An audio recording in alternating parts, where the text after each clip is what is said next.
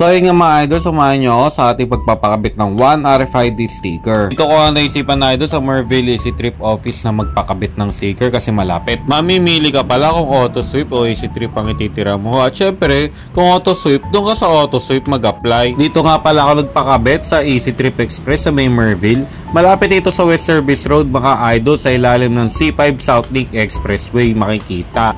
So ayun nga, mangyayari, tatanggalin nila yung isang sticker dyan, isa lang yung iiwan nila. Kasi mas madali magano ng load. Gawa lang mag-detect ka lang, pwede mo na malaman yung load. Eh sa auto sweep, kailangan mo pang mag-download ng app. So tatanggalin lang nila yung isang sticker.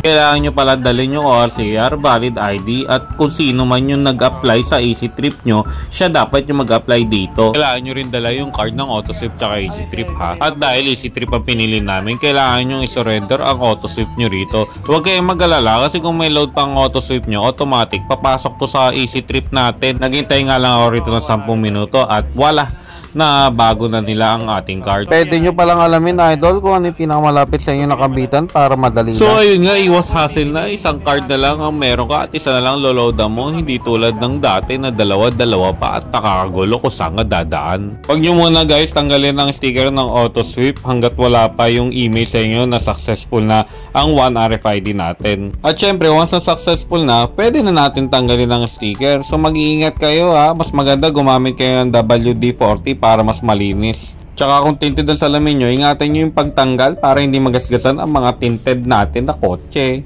Ulitin ko, tatanggalin nyo lang yan pag successful na ha. So ayun nga, malaking tulong ito idol para hindi ka na malito, diba?